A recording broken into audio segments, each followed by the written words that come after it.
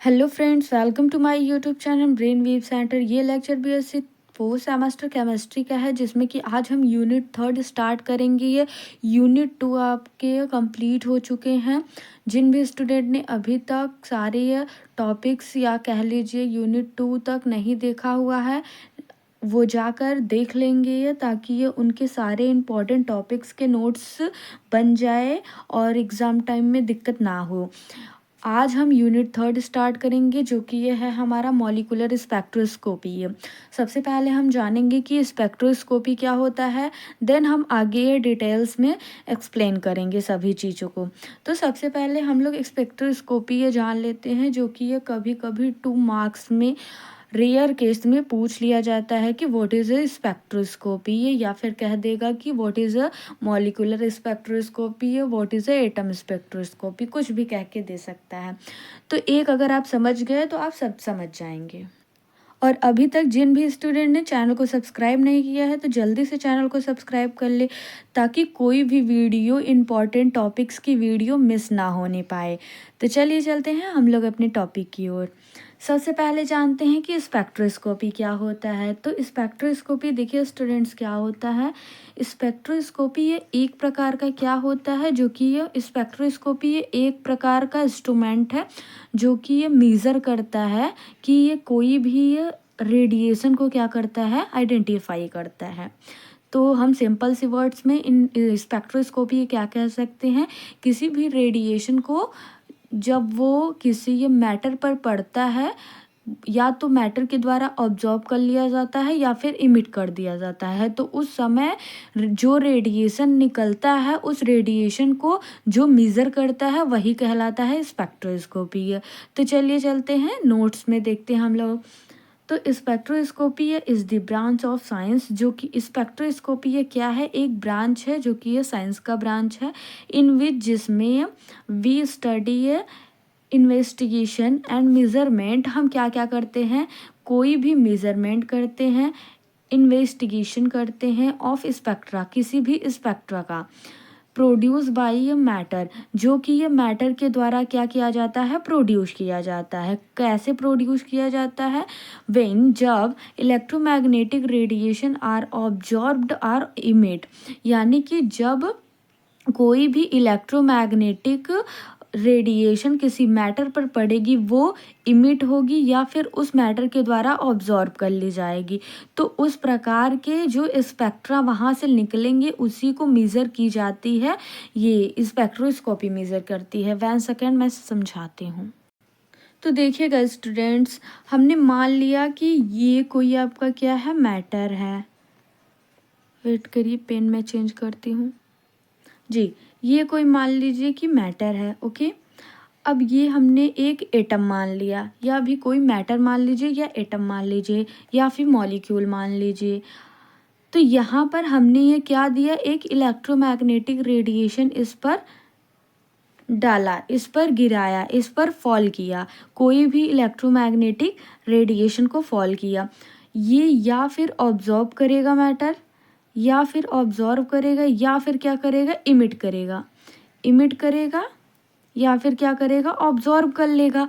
तो यहाँ से जिस प्रकार की स्पेक्ट्रा हमें मिलती है, यहाँ से जिस प्रकार की स्पेक्ट्रा हमें मिलती है, उस स्पेक्ट्रा को एक स्पेक्ट्रोस्कोपी क्या करता है, डिडक्ट करता है। एक स्पेक्ट्रोस्कोपी ये क्या करता है, मेज़र करता है। ये मान लीजिए स्पेक्ट्रोस्कोपी है, तो इसी स्पेक्ट्रा को ये क्या करता है, मेज़र करता है। तो आई होप क्लियर हो गया होगा कि ये कोई मैटर है, यहाँ पर मैंने इलेक्ट्रोमैग्नेटिक रेडिएशन को डाला। ये मैटर या तो इस रेडिएशन को ऑब्जॉर्व कर लेगा या फिर तो इमिट कर देगा, और यही ये ऑब्जॉर्प्शन या इमीटर में जो स्पेक्ट्रा हमें फाइंड आउट होती है, उसी स्पेक्ट्रा का मेजरमेंट कौन करता है, स्पेक्ट्रोस्कोपी करता है। तो हमें समझ आ गया कि स्पेक्ट्रोस्कोपी ये किसे कहते हैं। तो हम देख लेते हैं कि 2 प्रकार के स्पेक्ट्रोस्कोपी होते हैं। एक तो होता है एटॉमिक स्पेक्ट्रोस्कोपी, और सेकंड क्या होता है, मॉलिक्यूलर स्पेक्ट्रोस्कोपी। तो एटॉमिक स्पेक्ट्रोस्कोपी किसे कहते हैं, सिंपल सी बात है कि जो एटम से स्पेक्ट्रा निकलेंगे उसे हम क्या कहेंगे, एटॉमिक स्पेक्ट्रोस्कोपी है। और जो मॉलिक्यूल से स्पेक्ट्रा निकलेंगे उसको हम लोग किस स्पेक्ट्रोस्कोपी से डिटरमाइन करेंगे या मेज़र करेंगे मॉलिक्यूलर स्पेक्ट्रोस्कोपी को, तो वही है atomic spectroscopy deals with electromagnetic radiation emitted और ऑब्जर्व बाय एटम, यानी किसी भी ये एटम के द्वारा कोई भी इलेक्ट्रोमैग्नेटिक रेडिएशन को ऑब्जर्व किया जाता है या इमिट किया जाता है, वो किसके साथ में डील होती है, एटॉमिक स्पेक्ट्रोस्कोपी में। यानी कि जब कोई भी एटम के द्वारा किसी इलेक्ट्रोमैग्नेटिक रेडिएशन को ऑब्जर्व कर लिया जाएगा या फिर निकाल दिया जाएगा, यानी कि इमिट कर दिया जाएगा, तो इस प्रकार की जब क्रिया होगी है तो वो कौन सा स्पेक्ट्रोस्कोपी है डिडक्ट करेगा, एटॉमिक। ओके, तो हम उसमें कौन सा स्पेक्ट्रोस्कोपी यूज़ करेंगे, एटॉमिक स्पेक्ट्रोस्कोपी यूज़ करेंगे।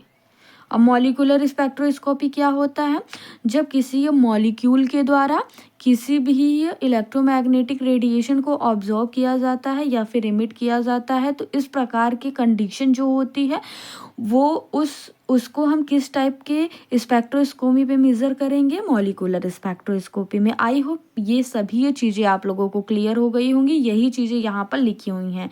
Molecular spectroscopy deal with electromagnetic radiations emitted and observe by a molecule, किसी भी मॉलिक्यूल के द्वारा ऑब्जर्व किया जाता है। आई होप ये चीज़ें क्लियर हो गई होंगी। अब हम लोग क्या देखते हैं, इलेक्ट्रोमैग्नेटिक रेडिएशन क्या होता है। अब क्योंकि यहाँ पर बार बार आ रहा है कि ये electromagnetic radiation, so now we can see electromagnetic radiation. तो यहाँ से देखिए इलेक्ट्रोमैग्नेटिक रेडिएशन किसे कहते हैं।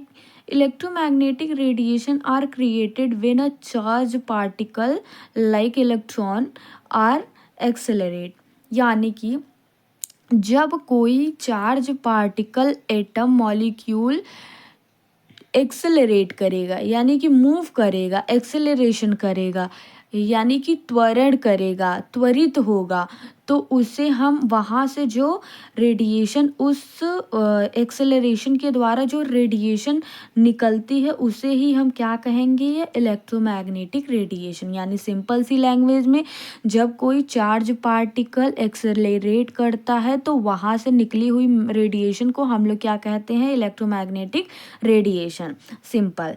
तो electromagnetic radiation are created, electromagnetic radiation create होता है व्हेन, जब कोई भी चार्ज पार्टिकल क्या करे, ये एक्सेलरेट करे।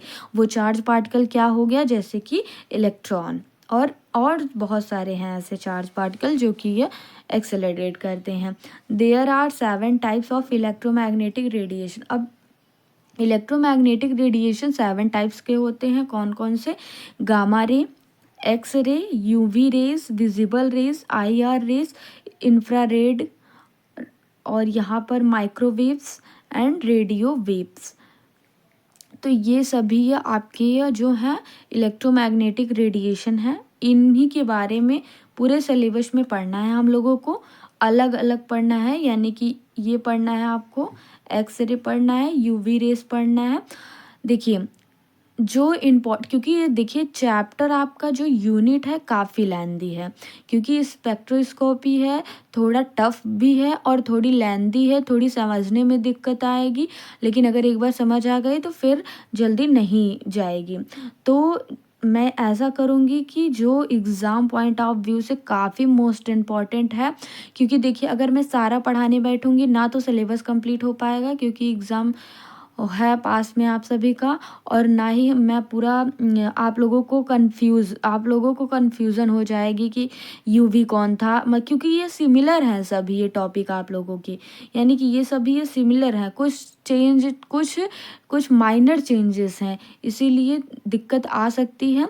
तो मैं क्या काम करूँगी कि जो एग्ज़ाम पॉइंट ऑफ व्यू से वेरी मोस्ट इम्पॉर्टेंट है तो उन टॉपिक्स को मैं पहले क्लियर करूँगी, देन बाद में अगर टाइम बचेगा तो मैं सारे टॉपिक्स को क्लियर कर दूँगी। लेकिन आप लोगों के जो है एग्ज़ाम के लिए जो ज़्यादा इम्पॉर्टेंट है और उतने से काम हो जाएगा तो वो मैं सबसे पहले कराऊँगी।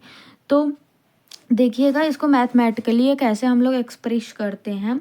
तो the wavelength lambda is related to हम लोग मान लेते हैं कि कोई भी जो हमारा वेवलेंथ है वो है क्या, लैम्डा है, और कोई भी फ्रीक्वेंसी या म्यू मान लेते हैं बाई एन इक्वेशन। एक इक्वेशन के द्वारा हम लोग क्या कर सकते हैं, रिप्रेजेंट कर सकते हैं। तो lambda is equal to C upon V, where C is the speed of light and V is the velocity of light. यहाँ पर हो जाएगा सी स्पीड लाइट और वी क्या हो जाएगा, वेलोसिटी ऑफ लाइट हो जाएगा। लैम्डा आपका वेवलेंथ है। तो यहाँ तक आई होप क्लियर हो गई होगी ये। इसके बाद हम लोग देखते हैं